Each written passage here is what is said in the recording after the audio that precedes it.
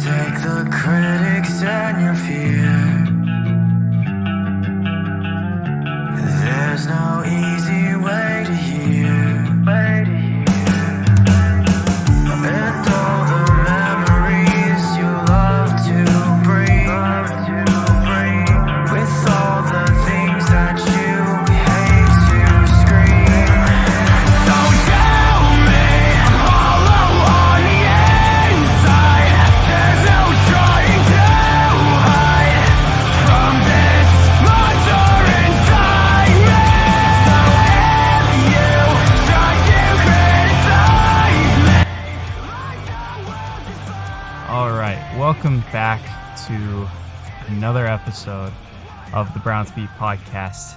Derek, we have so much energy, so much excitement to dive into today. If you couldn't tell from the sarcasm, this is going to be rough because it was also a rough game to watch. Derek, what are your thoughts on the the Browns? Oh my gosh, the Browns game against the Lions today. Whew. It was just a painful day. I mean, you know, you get asked the question as a fan, oh, why do you have expectations? I don't know why you have expectations. Tristan, I'm going to say this a lot during however long we go here. My problem is not that we lost to the Detroit Lions. My problem is that we keep losing week in and week out the exact same way. And you ask the coach in the post-game presser, you know, is there any even consideration of change? You know, what are we doing? And it's the same thing week in and week out. And you just get to the point where it's like, why do I even care? You know, it's one thing to watch, right? If it's on, people put on whatever. So if the game's on, it's on, whatever. But putting actual energy and effort into it, it's like, man, why do we care? You have, yeah, I it just drives me crazy. But as far as thoughts, I mean, what's new? You know, you can replay pretty much anything we've said all year. It'd be the exact same thing. So, yeah, I mean, Tristan, if there are any specific takeaways, what do you have? I mean, it's the same, I guess. I'm kind of thankful that we didn't do a podcast right after the Ravens loss, because we would pretty much just say go watch that, and it's the same thing. I mean, you got what you needed to out of your defense. Special teams failed you, so did the offense, and it's another same old story. And this is gonna happen to us multiple times, like you said, if nothing changes. So, which we will certainly get into, because I do have kind of a little running theory about why we haven't had a change yet. So, but let's start with the good. Let's start with that, and then after that we will let the rest of the team torture us. Okay, so let's talk about this defense here. Derek, what did you see from our defense today? Yeah, I mean, continuing what we've seen throughout the course of the season so far, it's just been more of the same. A lot of positives from the usual suspects. I will say, Tristan, the one thing today, obviously the run game for the Lions was pretty successful, which is something we haven't really seen against this Browns defense so far this year. You know, they were doing things in different ways. It's just the Lions' way of playing offense. But, you know, what Jahmyr Gibbs did on the ground, yeah, I could look at that and say, you know, concerning, sure. But it's Jahmyr Gibbs. That's one of the best running backs in the National Football League. So I'm not going to put too much stock in that. But, Tristan, one of the things that I actually thought was a pretty good positive from this team, the secondary did pretty damn well in coverage. If you really take a step back as far as the emotional side of it, you know, the X's and O's, the Browns didn't really let Detroit beat them deep at all. You know, in fact, they kept going to Jamison Williams deep, and it just didn't work. Now, to be fair, he could have caught a couple of those passes. But Tristan, as far as the negatives I had from previous weeks, what did I say on the last podcast? I was concerned about the secondary, which from a roster standpoint, I would argue is probably the weakest spot. But I thought they played pretty well today. The success that Detroit did have through the air was a lot of, meteoric passing. They didn't really do a whole lot. Like I said, it was a lot of the run game. And, it is what it is. Again, I thought Devin Bush played great yet again. That is one guy I want to really point out here. Devin Bush, I believe, led the team in tackling today. And just a continuous trend from the season so far. He has been a hell of a player for this defense. It's kind of incredible because of how not good he has been as far as throughout his career. But Tristan, again, the reasons why he was drafted in the first round, you're starting to see them, and he's playing very well. So, not a whole lot. I'll be honest. Not a whole lot to really say. Just kind of how you expected it to go. Yeah, I agree with you. I mean, the scoreboard isn't going to favor the defense at all, but in reality, I mean, you had I know you had one turnover that caused you to go down to the 5-yard line. You had several other turnovers that caused short field positions. And then you also had the kick return for the touchdown. Punt return for the touchdown. The frustrating thing about this loss is, like you said, the defense played well.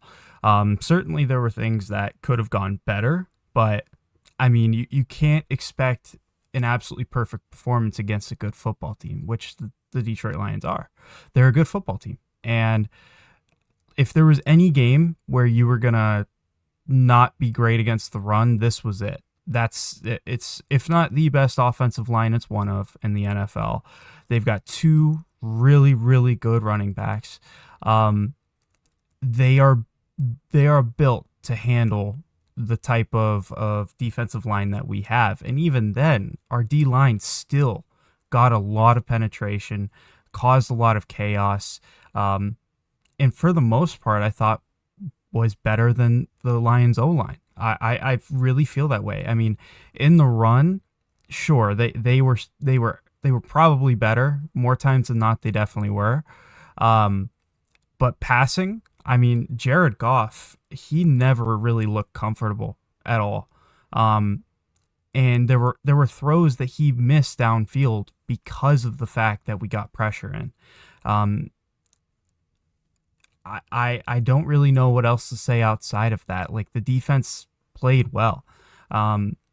If you had competence in your special teams and your offense, I mean, that defense would have won. So that's where it's difficult, and it's the same story again.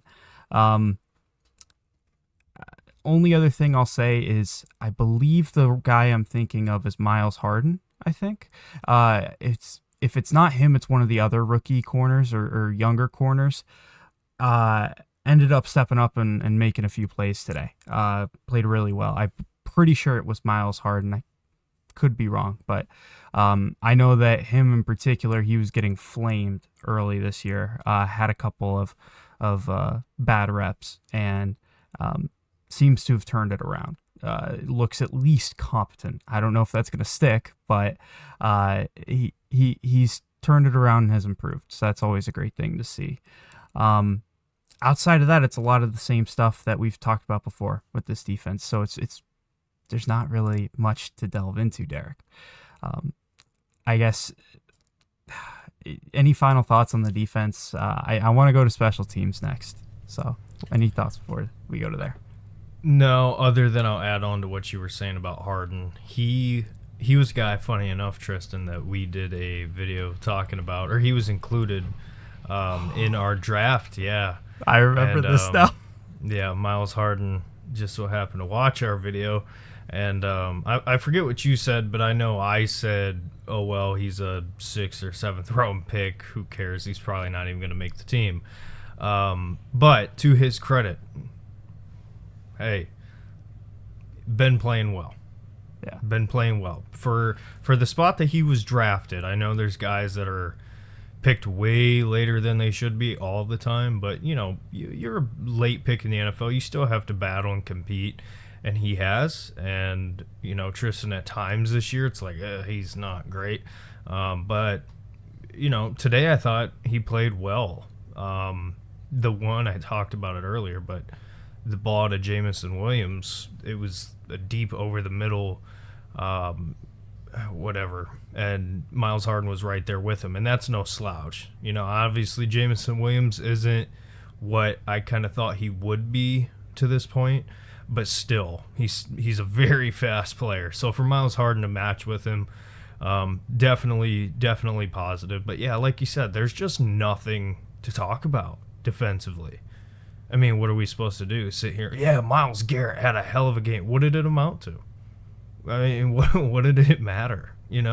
So obviously we could talk about all the positives, but Tristan, we'd be wasting time because it's not the important topic of conversation here. Clearly. Yeah.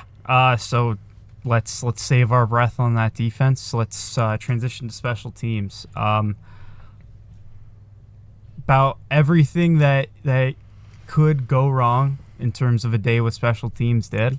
You had a punt return for a touchdown, and you had a missed field goal, albeit I believe the field goal was from 58, was it? Yeah, 58. So, or was it 52? I thought it was, I don't know, I could be wrong. I know it was in the 50s. Check. Yeah, it was in the 50s. I'm trying to forget the game already. So I don't even know what to say, Derek. I mean, with the punt return, a lot of times a punt return, especially if it's short, you blame on your punter, but he pinned him against the sideline. Like, how you let a guy get through there is beyond concerning. Yeah,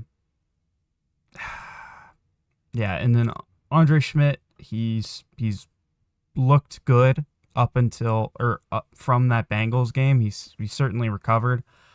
I don't want to kill him for missing that kick, but at the same time, when you're a football team that is not gonna win a lot of games and score a lot of points, especially that, you gotta have a kicker that can make his kicks, and he didn't do that today. So yeah, it sucks, but I'll move on to your thoughts on the special teams because I really don't have any other thoughts outside of that. Derek, what did you think of our special teams unit today? Yeah, I mean, for some reason, special teams has been an issue for this team for so long, and it just continues on and on and on. With Andre Schmidt in particular, Tristan, when he completely sold the Bengals game, I was absolutely pro either get him off the team and replace him or bring in competition. Like you said, so far, since those moments, he's gotten better. He's definitely improved. And I would even go as far to say as I'm more confident in him being at least reliable as a kicker for the rest of the season than I was certainly before. Like, I went from guaranteed get him off the team to now I'm like, okay, I kind of think he can be the guy for this season, kind of wait and see what he does with the rest of the year. But Tristan, when you look at these first quarter of games, right, as far as the schedule goes, you cannot have a kicker who has had the problems that he's had recover, and then now all of a sudden, okay, you miss one here today. At some point, you have to be held accountable. And I'm not saying cut him, but for the love of God, bring in some competition. I don't understand why that wasn't done after week 1. I don't know why there's this idea that if you put another guy in that room, it's going to be a terrible thing. I don't understand it, Tristan. And, I think it's just the stubbornness as a team and as an organization that when they make a decision, they feel that it's right and they're going to stick with it even if they're proved wrong. and I'll dive into that more later with another topic, but, with kicker, Tristan, you could almost argue the same. Dustin Hopkins last year, kind of a similar story, and they refused to bring in anybody else. Now this year, Andre Schmidt wins the job. Great. It is what it is. But this is kicker. This is not quarterback. This is not starting left tackle. Why are we not bringing in some competition here? Makes no sense. So that's all I really have to say. The punt return for the touchdown, it happens, right? Every team, not every team, but, it can happen. It's something that does happen. It doesn't necessarily mean we're a terrible special teams unit, but when you consistently have these problems that we've had over and over and over on the special teams, at some point it becomes a point of concern. And I feel like we have swept it under the rug for so long. And, it's time. I think Corey Bajorquez has been kind of the Band-Aid that has held that thing together because he is so good. But you cannot just rely on Corey for everything. So that's what I'll say on special teams. Yeah. And again, I think it's best to save our breath on special teams. I'm sure if we really wanted to, we could talk more about it, but there's more pressing concerns. Derek, let's move to the offense and let's just get right into it, the quarterback situation. I actually am going to pass off starting this to you because I know how passionate you are on this topic. I am passionate as well, and I also have a theory about our quarterback situation that I want to present to you after you talk about what you say. So, Derek, let's talk about it. How do you feel that Joe Flacco played today? That is quite the question to ask. I can tell you that. Listen, dude. At some point, something's got to change. And my main focus of today, you get up, you go to church, and the preacher says, my message today is, and it's title, right? And it's a bunch of stuff that revolves around that, but that is the home run. That is the point. My message today for you guys watching this: the Browns wait too long. It's what we do. And last year, I want people to remember, because and it's not just with sports, it's everything, but we love to just forget, right? We never learn from the past. We never learn from things that happened or remember things that happened.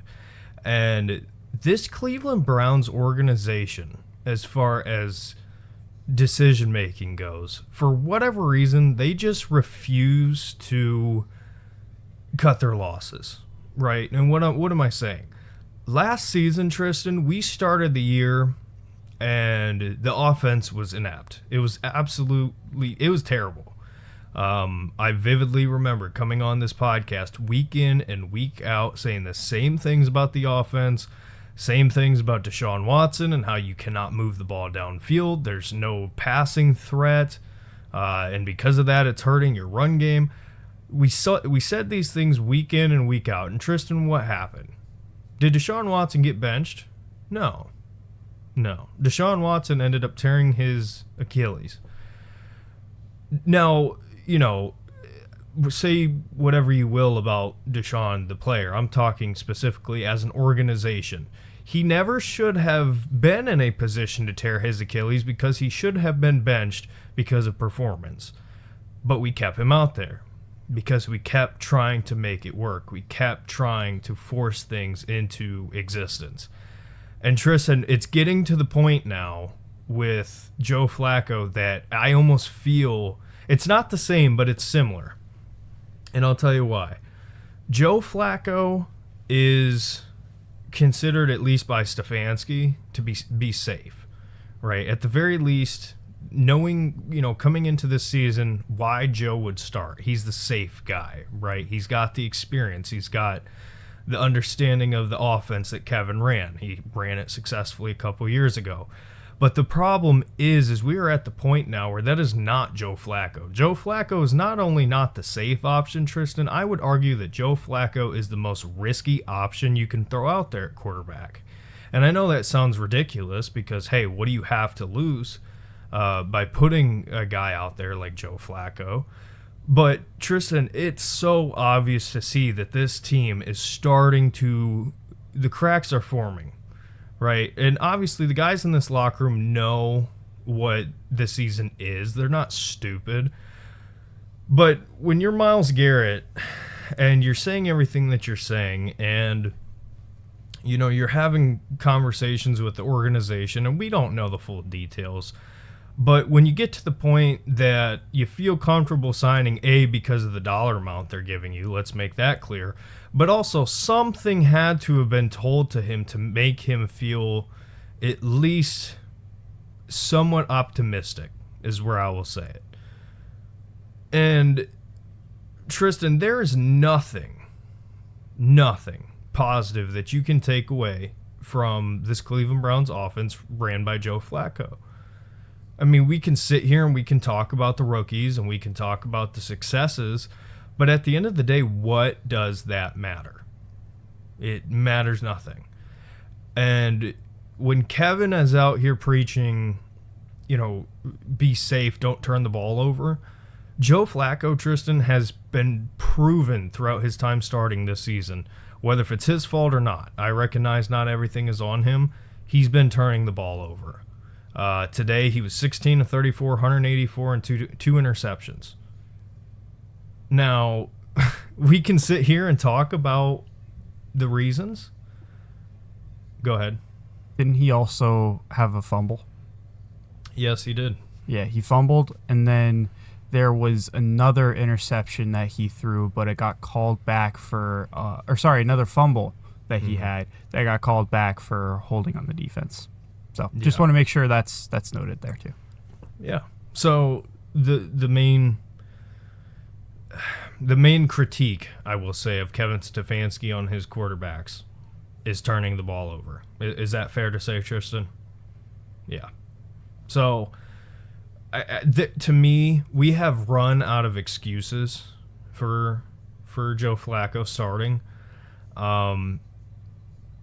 You know, because we're going to talk about more of the offense and obviously probably talk more about this in particular. But before I throw it over to you, the last thing I want to say on this is how many times are we going to, you know, be in a situation where the Browns come out and they're competitive and they keep the game relatively close, and then the other team breaks away in the third quarter, you know, and kind of finalizes things, bottom of the third, top of the fourth quarter, and then we throw Dylan Gabriel out there. How many times? I mean, Tristan, I'm not going to repeat myself every week, but I'll repeat the same thing I said last week. What is a backup quarterback?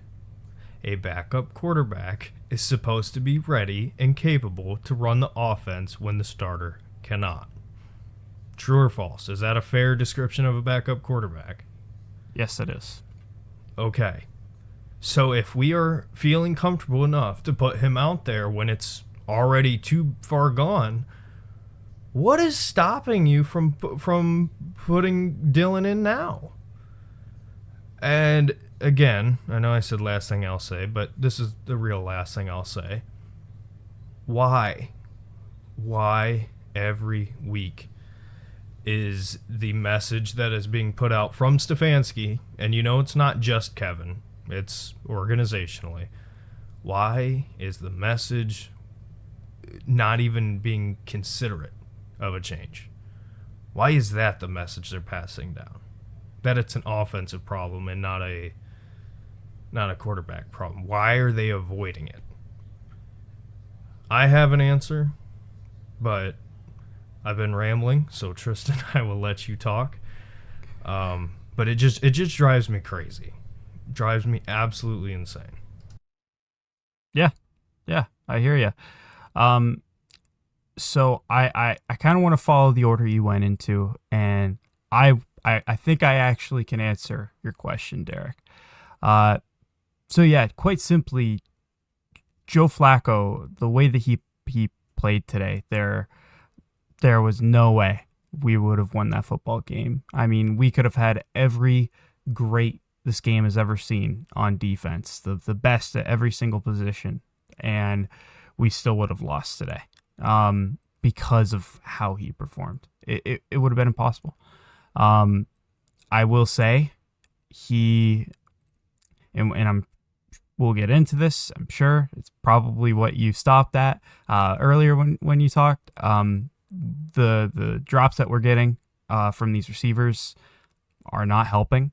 And it's taking away good Joe Flacco plays, which makes this criticism a little bit harsher than it probably could be. But at the same time, outside of that, you still have a quarterback situation that just isn't good enough. So quite bluntly, I'm with you. Like it really doesn't make a whole lot of sense to keep him in, and we talked about this last week as well. Talked about how what's going on really doesn't make sense. How like you don't really get anything out of it. You don't get further development for a young guy to learn how this offense functions, learn what it's like to deal with quarterback pressure, and be able to grow on that week after week.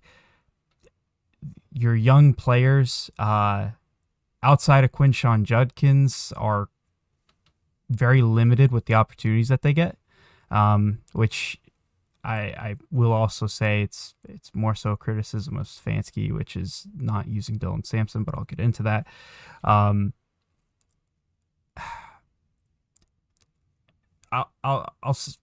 say this as well. Our offensive line, not great, so I can understand the hesitancy to put in a young guy, but at the same time, when you have an absolute statue back there in Joe Flacco, it makes the offensive line situation a little bit worse.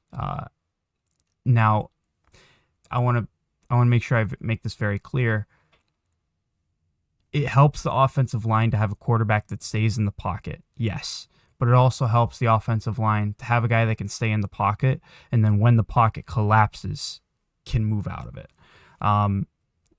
So that's kind of where I'm at, is because Flacco is good at staying in the pocket, it helps the O-line in that regard, but him not being able to escape a collapsed pocket, it kills this offensive line. It kills plays. There's so much to it that, you can't get the most out of a play with Joe Flacco, and I think you can with the other guys. And I want to make that very clear. I think that they can. But that's also part of the reason why we want these guys to start, is because we don't want to think, we want to know. And that's the frustrating part of this as a fan, and it makes it so much harder to watch, because if we were getting terrible quarterback play from one of these young guys, at least we have a reason to watch, because it's a young guy back there, a guy who could be the future. There's just no reason to watch the offense when Joe Flacco's out there. But Derek, I thought long and hard about this, about why are they taking as long as they have with keeping Joe in there, especially over the past 3 games. Like, it's been rough. It's been rough. And I thought by halftime today that we would see that change. Doesn't look like we're getting that. And I'm thankful that they're not going to do it against Minnesota, because this Minnesota defense is ruthless. I would say so far as this season's gone, they're probably the second best defense in the league behind ours. And I don't think a rookie quarterback should be subjected to that. So if you're worried about how the offense looks now, boy, oh boy, the over-under on points for next week for this team should be set at like 2.5. Like, I'm not even kidding when I say that. It's oof. I don't know if we're going to have any success at all. But let's go back to the main topic here. Why is it that we haven't even seen a slight hint that we're going to see that change? That Dillon Gabriel's going to come out and he's going to have his chance. Derek, pretty much every offseason, Andrew Berry gets asked, hey, so you have you had really bad performances from X position this past season. Are you looking to address this position in the draft? And every single offseason he says, no, we're not looking to address a certain position in the draft. We always draft for needs 2, 3, 4 years down the road. We never draft for an immediate need. And every single year he's pretty much flown right beside that. He's stayed by that. A lot of guys, like for example, like Isaiah McGuire, he didn't really have much of a role last year, but this year he's had a bigger role and he's looked good. He's looked good so far. Alex Wright, year over year, he's starting to get a little bit more, and you're seeing more from him. That's good. The point is to say this. I wonder if, or I shouldn't say I wonder. I have a hard time believing Andrew Berry takes a third round pick, albeit it was practically a fourth round pick, a third round pick, and a fifth round pick, both on rookie quarterbacks, with the expectation that the very next year he might take one in the first round. I think, Derek, that they are committed to these two quarterbacks, and I think they're going to commit to them for next year. I don't think that they're going to look quarterback in the draft. That's my theory. I think that even though this is a great quarterback class, it is. It's at least there's 2 to 3 guys right now who are looking like they're really, really good. There's a bunch of other guys that could be good. I really think that they're going to go into next draft with the expectation that they're not going to pick a quarterback. They're going to want to pick top talents to surround that quarterback with, or surround their quarterbacks with, excuse me.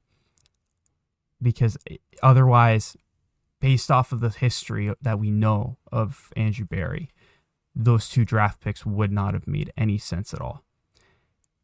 So that's my theory. I think that if they start Dillon Gabriel at any point this year, it'll be the last month of the season. That's and if that ends up being the case, if Dillon Gabriel does not come out and play, barring injury, of course, until like the last 4 games of the season, then I think it all but confirms my theory that they are going to give these rookie quarterbacks another year and they're going to commit to it. Well, I have a lot of thoughts on that. And that, to me, Tristan, I'll be honest,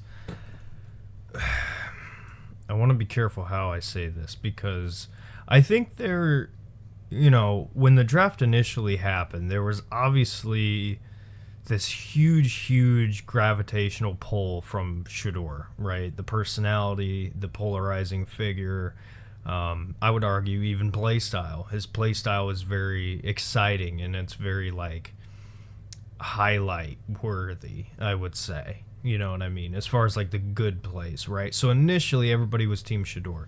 Now you've seen kind of the change in the fan base where people are more pro, hey, one of the two, even if it is Dillon, like get him out there.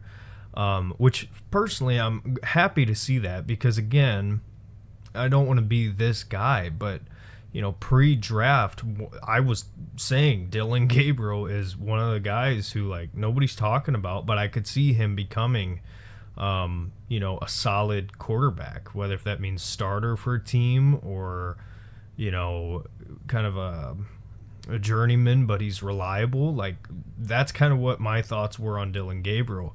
And that still remains the same. I still believe in Dillon Gabriel. I still think he can be. I view him personally as Man, I don't even know. I'm trying to think of like one of these quarterbacks that had like some name value and they've been a backup. But, point being, you got Kind of somebody? like a backup quarterback with his style. I don't think Taylor Heineke. Maybe Case Keenum. No. That's tough because you want to. Okay. Yeah. I think I got one. Oh, go for it. Yeah. And it's going to sound crazy, but I think he can be like a Jimmy Garoppolo where he's good, but I wouldn't say like franchise starter. You know what I mean? I kind of think not as good running, but maybe possibly a little bit better throwing. Tyrod Taylor. Yeah. Tyrod Taylor. I think that's where I would see it. Yeah. Yeah. I mean, the point I'm trying to make there is I like Dylan Gabriel. I liked Dylan Gabriel before the draft. I did not like the pick of picking him that high, especially who was on the board. And then, the guy who we ended up with that I liked enough that I would have picked him, you end up with him anyway, and now it's just this weird situation. So it's like, when you separate, situations are situational, and when you separate the situation that got you both players and you look at them as just individuals, I think both guys have reason for optimism and both guys have reason for hope and belief. That's what I want to make clear. But with that being said, Tristan, if what you are saying is true, and I'll be honest, I don't view it that way. I think your logic makes complete sense, absolutely. But to me, I would more so say the trade with Jacksonville would trump that logic of the historical evidence as far as what Andrew Berry does. But what I will say is, let's say that is correct, that is the plan. There's really no nice way to say this other than that would be stupid. Because, Tristan, you have 2 first-round draft picks. I don't know how the day ended with the San Francisco 49ers and the Jags. I don't know if the Jags ended up winning that or not. But regardless, while you're looking that up, the Browns lost. Jags won 26-21. Okay. So, just based on how the season has gone so far, it's looking like if the trend of the Browns continues and we keep losing games, we could end up with a top pick being our pick. But it looks like Jacksonville can be competitive enough to steal some games. So I could see that pick being anywhere from, I don't know, 15 to 20 or somewhere in there. Somewhere between 10 and 20. Yeah. Yeah, I think that's a pretty safe bet as far as where that pick will be. But regardless, it's an extra first-round pick that you have as ammunition to possibly move. And if they're... I don't know how to say this. It's not easy to just get another first-round pick, right? And even... I'm going to hate bringing this up, but revisiting that Watson trade. 3 first-round picks. That shows you how valuable having 2 is, right? If 3 got you a player at that time that was believed to be a top quarterback, how valuable is 2, right? That's a big investment. So if you have that ammunition on your hands, you better be damn sure what decision you're going to make with it. And the only way, Tristan, that I can say confidently that you can make a decision is to see. And I don't care what Shedeur did in the preseason. I don't care what Dylan did in the preseason. What they do in the regular season against starting quarterbacks, or starting NFL defenses rather, as starting quarterbacks, is the only way you're going to be able to fairly judge them. That's it. So, while I would agree with the point of be patient and develop Dylan Gabriel and be patient and develop Shedeur Sanders, I agree with that completely. I'm still of the opinion that I think one of these guys can be a franchise quarterback here. I believe that, genuinely. But we're not going to find out unless they play. You know? So I'm going to throw it back over to you because I really could just rant about it because the whole situation is so damn frustrating. And it doesn't even make sense. Like, if it made sense, then I would be like, okay, I understand. But, again, you picked Dylan Gabriel in the 3rd round, you picked Shedeur Sanders in the 5th round. It's not like the New York Giants just benched Russell Wilson for Jackson Dart. And they took Dart in the 1st round. And Russell Wilson is playing a hell of a lot better than Joe Flacco was. So I don't want to hear it. I don't think there's any realistic argument that can be made against it, personally. Now, that's an opinion, but that's just my opinion. So, go ahead, Tristan. Yeah, well, let me start here. So, if what I'm saying is true, if that ends up being their approach, hey, we're gonna give Shedeur and Gabriel another year. We want them to look at how this offense functions, know the offense, get familiar with it before we throw them out there, and have them try and make it work. And additionally, we'll want to make sure that we have better options surrounding them, so that way it gives them the best chance to succeed. If that ends up being the approach, let me start here. Do I think that it's the right approach? Yes and no. So, is it the right approach to make sure that you put a rookie in a situation where he's got a good offensive line, he's got an established run game, he's got established receivers who have been known to be able to make plays? Absolutely. Is it also the right decision to give that rookie enough time so that way he can learn the offense, can develop in the offense, understand his role? Yeah, absolutely. It doesn't make sense to execute that plan in this draft class. I know that this time last year, we kind of were having that conversation like, wow, this quarterback class is going to be great. This most recent quarterback class, I am not high on. It was not a good QB class, which Drew Aller probably should have came out in the draft, which we'll get into later, I'm sure. But regardless, the fact that this quarterback class coming up is the one that you would decide to pass on because you want to give your guys more time, I think you'd miss out on some really, really good talent, especially with how right now it's looking in terms of our record. And like, there's at least 2-3 guys that I would feel really good if we got them right now. And there's several others where it's like, I would feel positive about it. So that's where I would have the hard time. I would have a hard time dealing with passing on these quarterbacks because I didn't have the same feeling really for any quarterback last draft. So in that regard, it's a flawed process. However, and this is where I will say however, it can make sense in only 2 scenarios. Number one, the quarterback that you end up being patient with and you roll out next year ends up being the guy.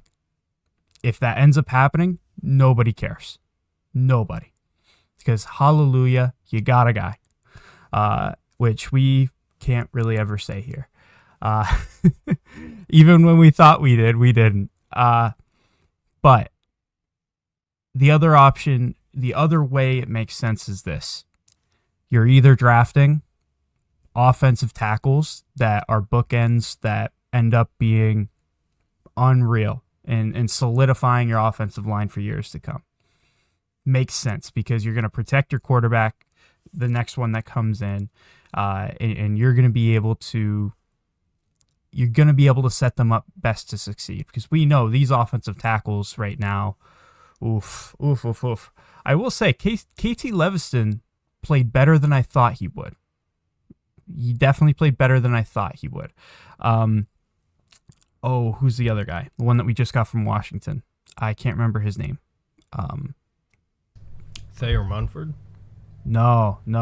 The one that we signed in the offseason. The swing tackle out of Washington. 34-year-old, I think. Oh, my gosh. Hold on. Oh, why is his name? I keep on wanting to say Charles Leno, which is not that. It's not him. No. Oh, my gosh. He started at right today. Yeah. Oh my gosh. I'll look it up. This is gonna bother me. I can't believe I'm forgetting this. I mean, that Cornelius just goes to Lucas. Cornelius Lucas. That just goes to show how much I wanted to forget this game. Cornelius Lucas was having a rough game. Rough game. Although, albeit, dealt with Aiden Hutchinson quite a bit, which also, why the hell was he one-on-one with Aiden Hutchinson so much? That's another thing we'll get into. But the only other way, if you're not getting that, is if you're getting a generational player. Mm-hmm. What I mean by that is next, let's say top 5 pick next year, Derek, and let's say you're picking 4th or 5th.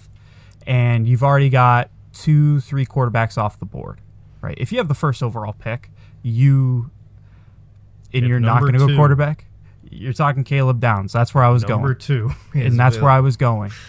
That's where I was going. If you have a top 5 pick, right, and you're not taking a quarterback, you're taking Caleb Downs. Generational secondary player. A player that if you paired him up with Grant Delpit, Denzel Ward, when he's back and healthy, Martin Emerson. We'll see what happens with Greg Newsome in the off season. He's a guy that can elevate that secondary to a whole nother level, which is so crazy to say, knowing how great this defense is. If you got him,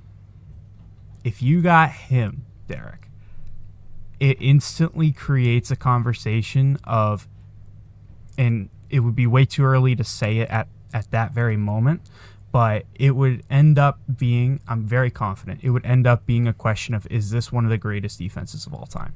I'm not even kidding you. I'm not even kidding you when I say that. Assuming everybody stays healthy, yes. Absolutely. Yes. Especially assuming that JOK comes back, too, in that defense. Like, list goes on and on. I can't go too deep into it right now, but those are the only 2 situations that I think it makes sense.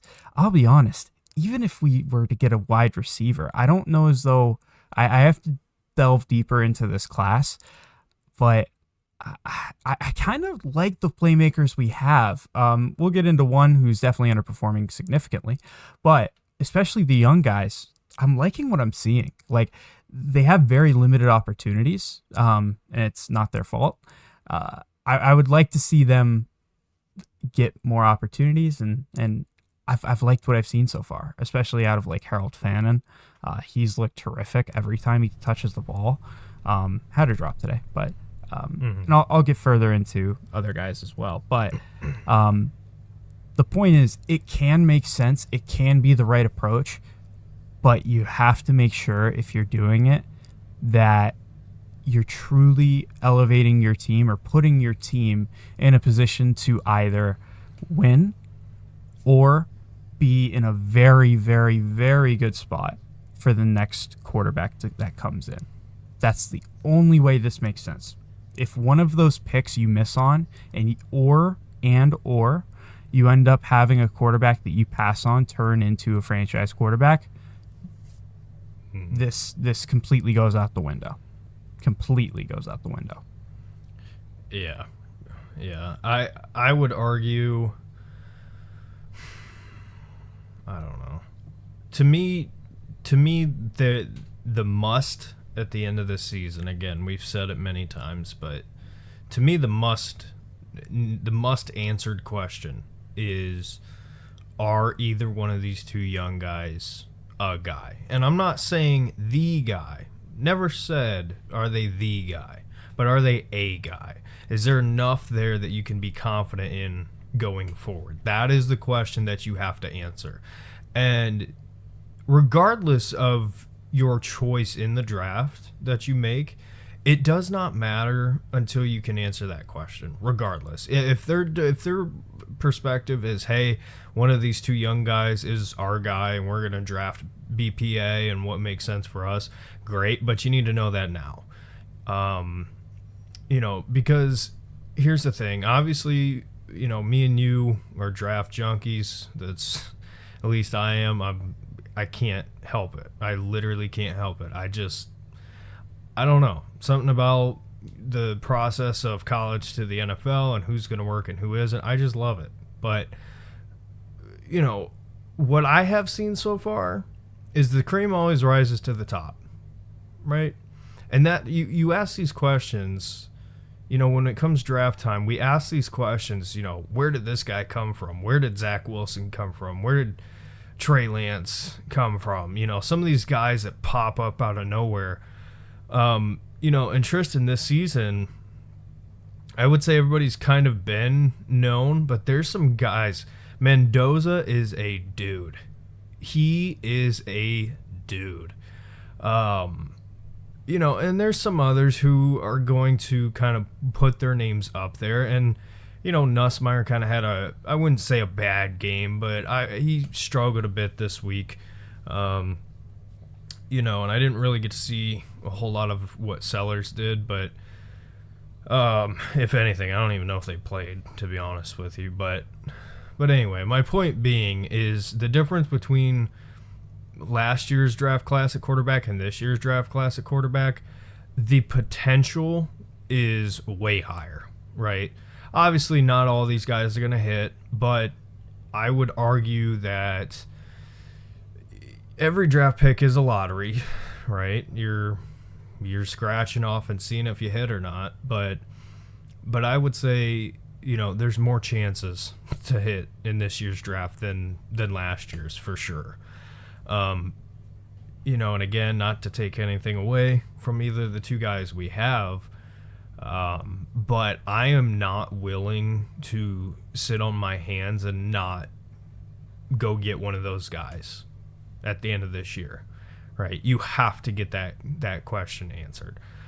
But if you're ready to transition, I'd like to transition into a point that you made about the wide receivers, because Tristan, today was kind of like the looking glass as far as the whole year, right?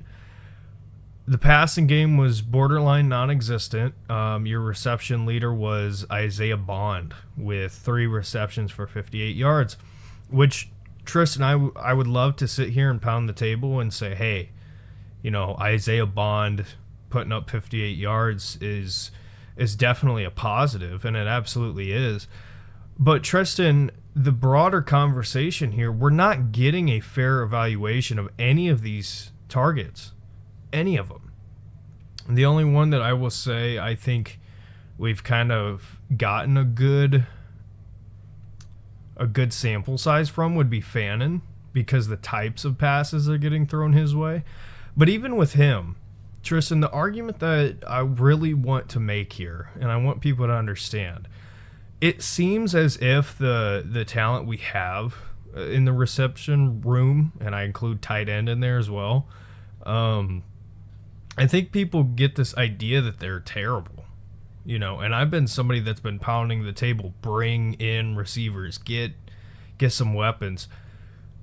I look at this wide receiver room, Tristan, and I think, hey, there's a lot of talent here. You just got to figure out what level, right? And the problem that I have is, yes, do we need to add more? Yeah. But how are we going to be able to evaluate these guys if they're not doing what they're best at anyways. And what I want people to understand by that is Harold Fannin playing great? Yes, he is. But if you go watch him at Bowling Green and go watch what made him a true difference maker, he stretched the field from the tight end position. He was like a big-ass wide receiver out there, running routes like a wide receiver, making plays. Yeah, I know it's at Bowling Green, but he was doing it against Texas A&M. He was doing it against Penn State. He can do it. Make no mistake about it. But you can't see that if we're throwing within a 1 to 25-yard box. I mean, you're just not going to see it. Isaiah Bond. What makes him so special? Why did they like a guy like Isaiah Bond? He stretches the field.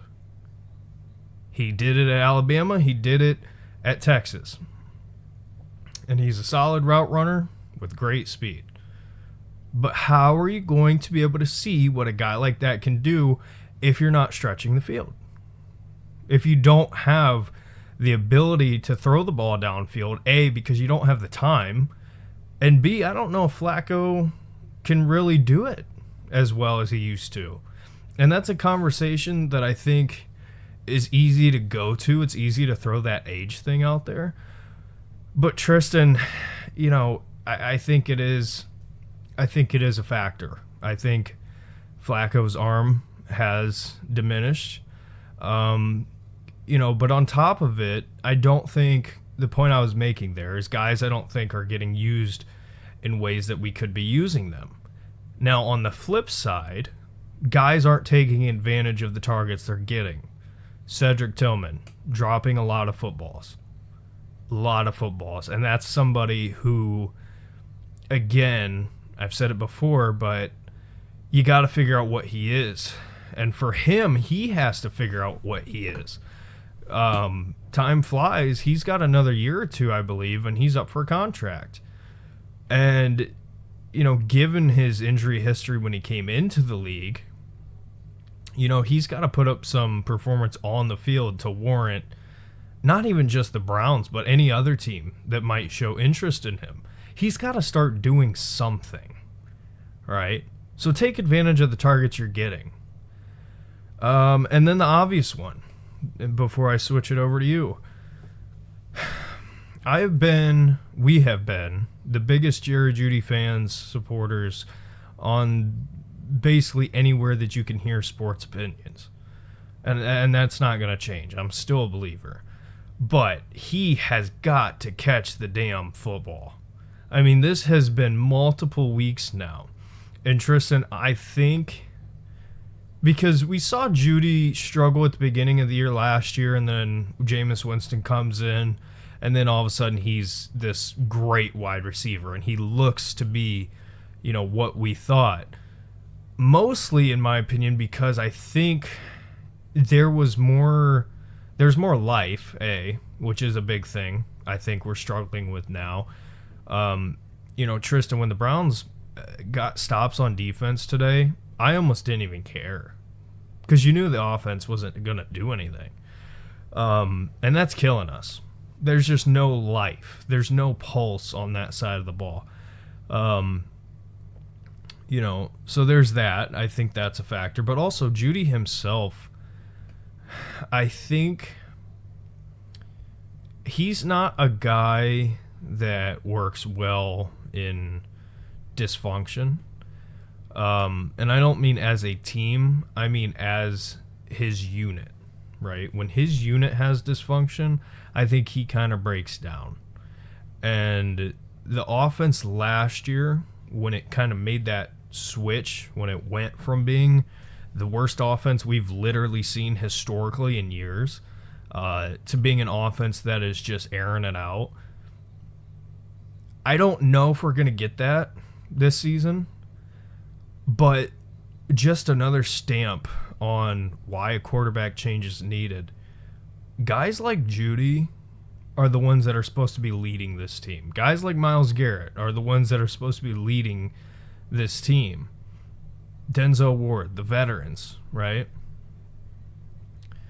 And we have a group of guys that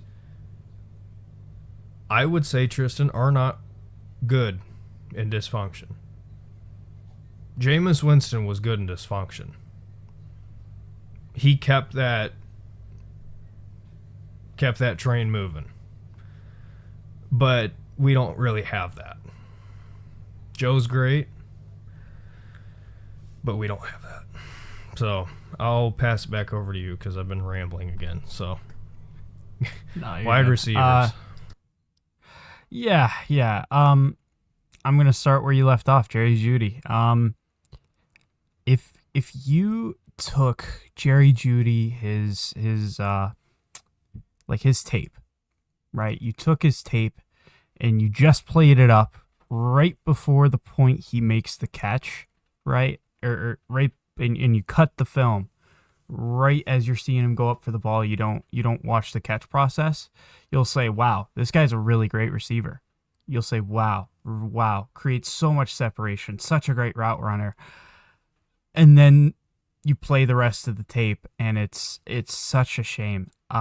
Ended the season last year with the most drops in the league, and is well on his way to doing the same. If he will probably, if he keeps this rate, he will probably set a record for drops. Honestly, it's that bad.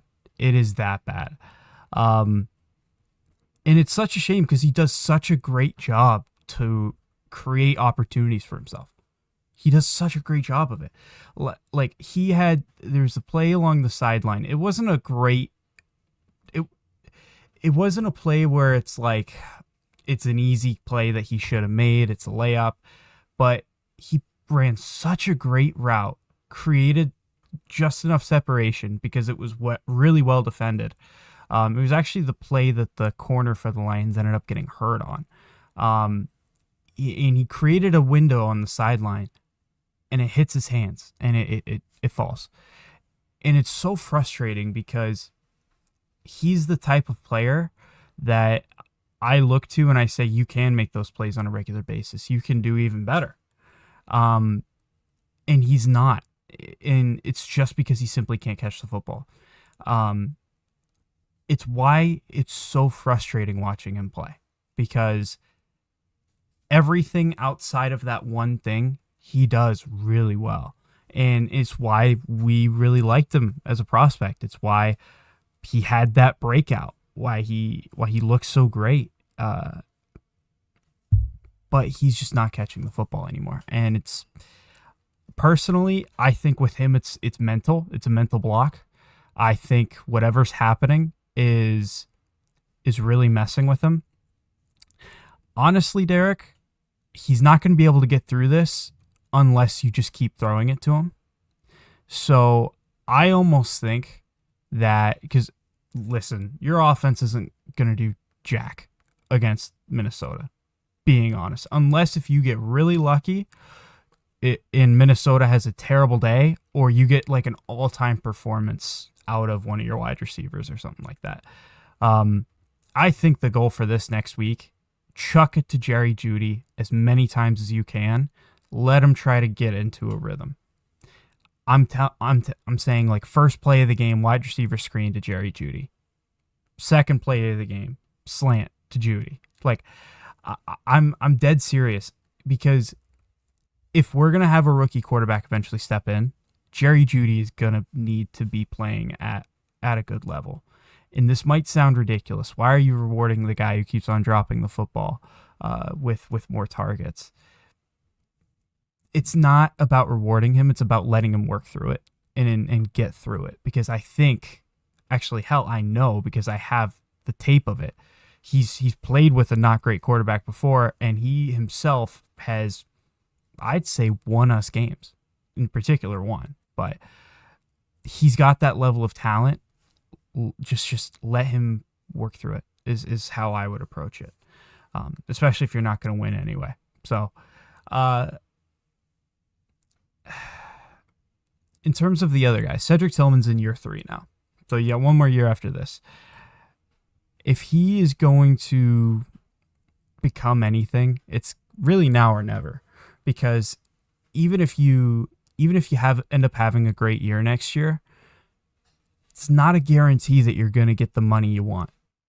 it's not a guarantee you're going to have a definitive role, the role that you want. Look at Gabe Davis.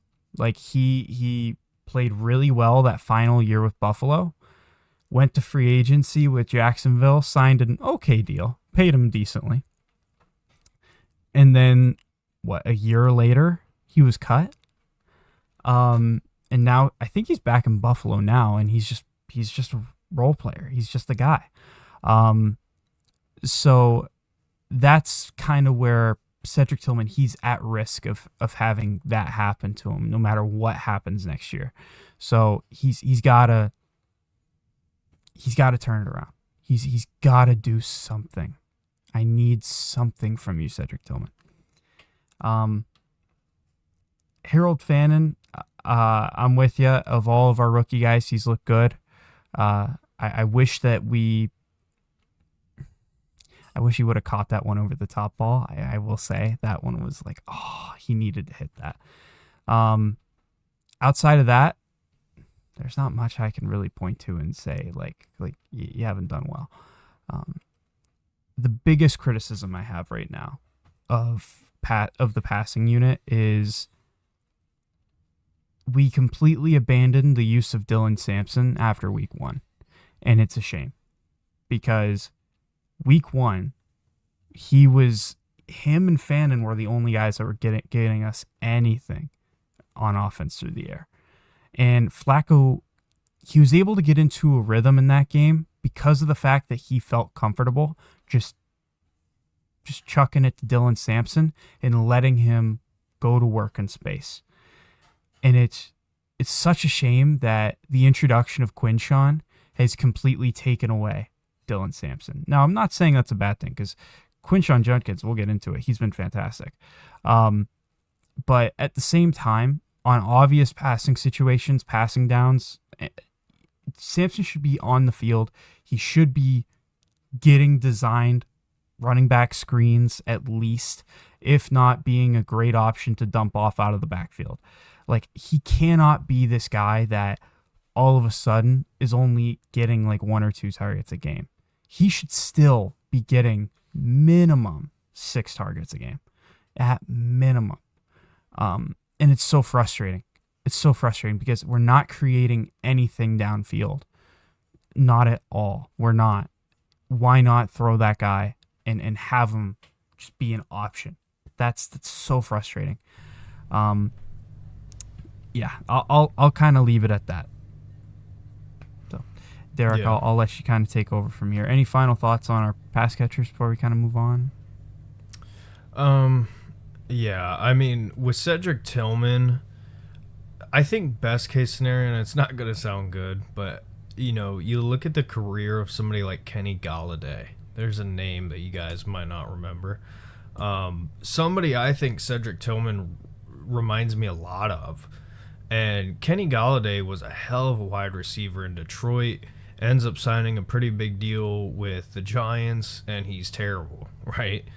So I'm not hoping Cedric Tillman is terrible. I hope he has a good, long career. But, I think if he wants to, like, aspire to be something, I think that's the role he could play in this offense. And again, it's just take advantage of the opportunities you get. Take advantage of the balls that are thrown your way. And so far, I mean, last year he had a time period where, Tristan, we looked at a guy like Cedric Tillman on this team and said, man, he can play a really big role. And then, unfortunately, he got hurt, so we didn't really get to see anything play out from that. But, when it comes to this wide receiver room as a whole, I think it's a lot of unknowns. I think we have a lot of pieces to this puzzle, and we're sitting there looking at them, and we're not figuring out how to properly put them together. And it's very frustrating because, to me, like you said, when we talk about a guy like Dylan Sampson, you already got a taste of what he can be. He already played really good in week 1, and now all of a sudden he's nowhere to be found, buried on the depth chart. And Tristan, when it comes to when it comes to this conversation of, how do you make the body language better? How do you make things better inside that locker room? And everybody loves to say, oh, have faith. Have faith. Just have faith it's going to get better. Sometimes you can't. Sometimes you don't have any faith left. Sometimes all you can have is hope. And this team needs hope. Just a little bit. Just a little bit of hope can be that spark that lights that fire. And this team is in desperate, desperate need. And Tristan, the only way that I can see that hope getting there, it's not going to come from Quinshon Judkins, because he's already been playing well. It's not going to come from your defense. They've already been playing well. It's only going to come from the quarterback position. Now, luckily for Stefanski and Barry, as far as job security goes, they still have those bullets in the trigger, or in the gun, but they have to pull that trigger. They absolutely have to pull that trigger, because if they don't, this team will have no hope. What do you have to look forward to? Nothing. So, I assume you kind of wanted to go here next, so I'll kind of jump in real fast because I don't have a whole lot more to say, and we're at an hour already. I just want to put in one thing here, okay? Just one. Yeah. All right. Dylan Sampson today had as many targets. Oh, actually, wait, hold on, let me confirm. Yes, had as many targets as Caden Proctor over the past 24 hours. And for those who don't know, I'm pretty sure I'm saying his name right. Yeah, you but he is a offensive tackle for Alabama. An offensive tackle that I would be elated if he was a Cleveland Brown. Yes, He's a damn good player. I will add that. Add that, yes. Yeah. Yeah. But, no, with the run game today, and I'll kind of say in general, right? Because we talked about Dylan Sampson there for a second. I think that this run game has so much being left on the table. Tristan, I think it already is good, right? Quinshon Judkins today had 21 carries, 82 yards, and a touchdown. But, again, why the hell is Jerome Ford getting touches? I don't understand why that's not Dylan Sampson. And who knows? We're not there every practice. We don't get to see it. Maybe there's some stuff that we're not knowing about. But at the same time, when you have an offense that is built around the run game, it is built off, that wide zone run scheme, and then your offense can play action off of that, and your pass game can develop from there. But it all starts up front in the run game. And this offensive line, Tristan, obviously beaten and broken down. Why are we not taking advantage of every aspect of the run game that we can, is the question that I would ask. And again, to keep it short and sweet, there's a lot of positives. Quinshon Judkins is going to be one hell of a player. He is one hell of a player, but he's going to be one hell of a player. But we can be getting so much more. We're motioning a lot, great, but why is Bond not getting the ball, in more, simple ways? Just get it in his hands and let him get in the open field. Why is that not happening? Why is Sampson not in there? Why are we not utilizing everything we have? Doesn't make sense. I will say, it's really odd. Kevin Stefanski loves a good end around, and we haven't seen it with two of the players that probably could have best run end arounds over the past several years, Isaiah Bond, Dylan Sampson. Like, why have we not seen it after we've seen it so many other times for players who would not be as good at it? No, I agree with you. We got to scheme up. We got to do a better job of scheming up easy plays for these guys. And I will say Isaiah Bond, I thought in the opportunities that he had, did look good today. Showed why it was a great decision to at least get him in and sign him to this contract. yeah.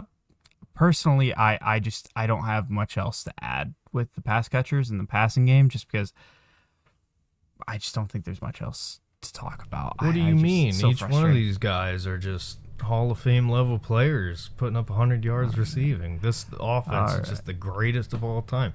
That's the way they act, and that's what pisses me off. Not to cut you off or start another thing, but that's what pisses me off. It's just the fact that we sit here again week in and week out, and I know we're only 3 weeks in, but they act like there's no problem. And why is it that us two, you know, I believe you're a little bit older than me, but two people who are in their early 20s sitting here telling you, hey, clearly there's a problem. I mean, we can't even sit here and talk about the receivers. You know, whatever, you got to cut me off. You got to keep going. I want to move on. You talked about Quinshon. Yes, he is. I mean, early signs show he might be a top 10 back right now. Like, you could make that argument. I think you could, that he, especially over the past 3 weeks, is a top 10 back, because put any other running back in his situation, I don't know how many would be just as good, if not better. So that's just kind of where I'll go with that. Yeah.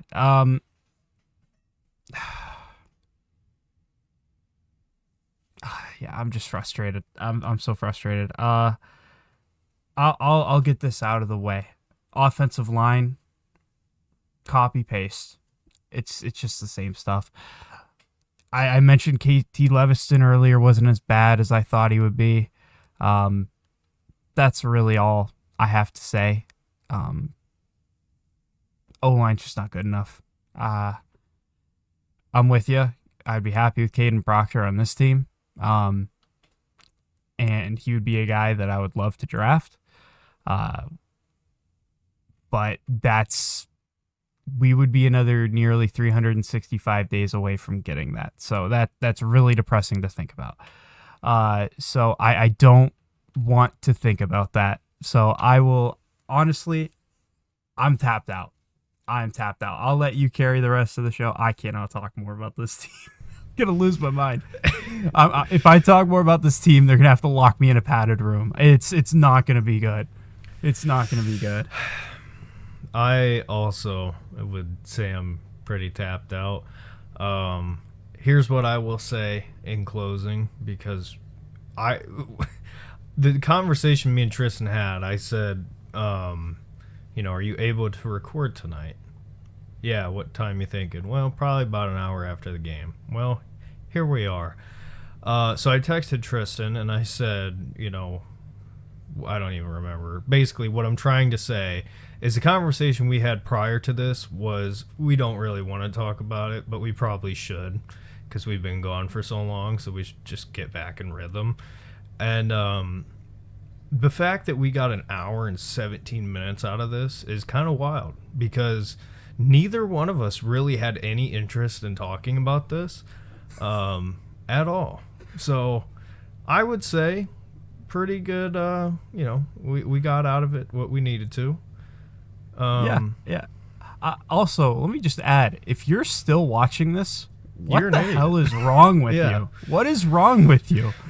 Greg, if there's anybody I can have confidence in that's still watching, it would be Greg. Shout out to you. But here's what I will say in closing.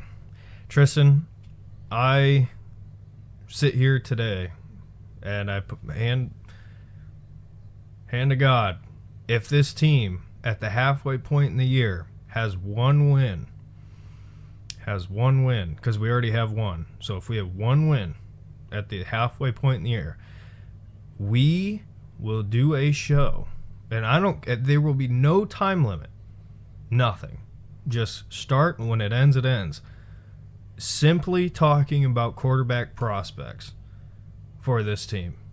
We will have a halfway point if you want to go 4 hours, we can go 4 hours just talking about every one of these prospects. But I will not sit here week in and week out and talk about nothing that matters. Yeah.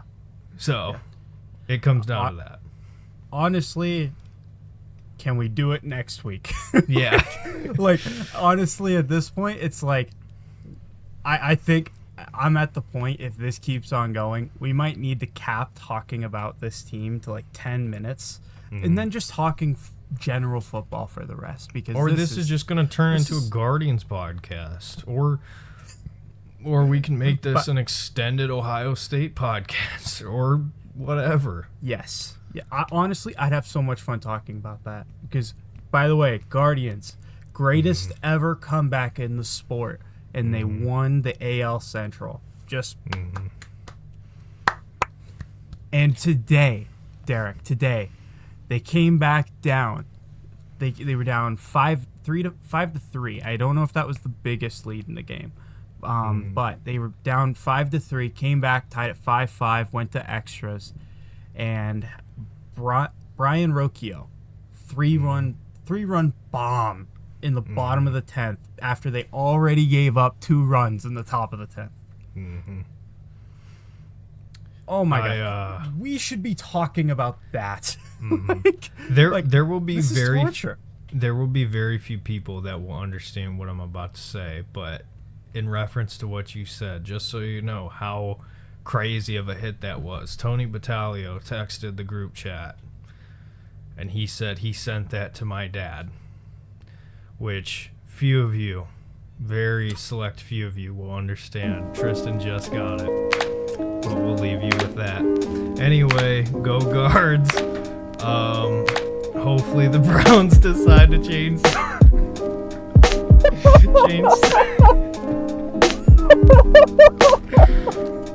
Have a good one, everybody.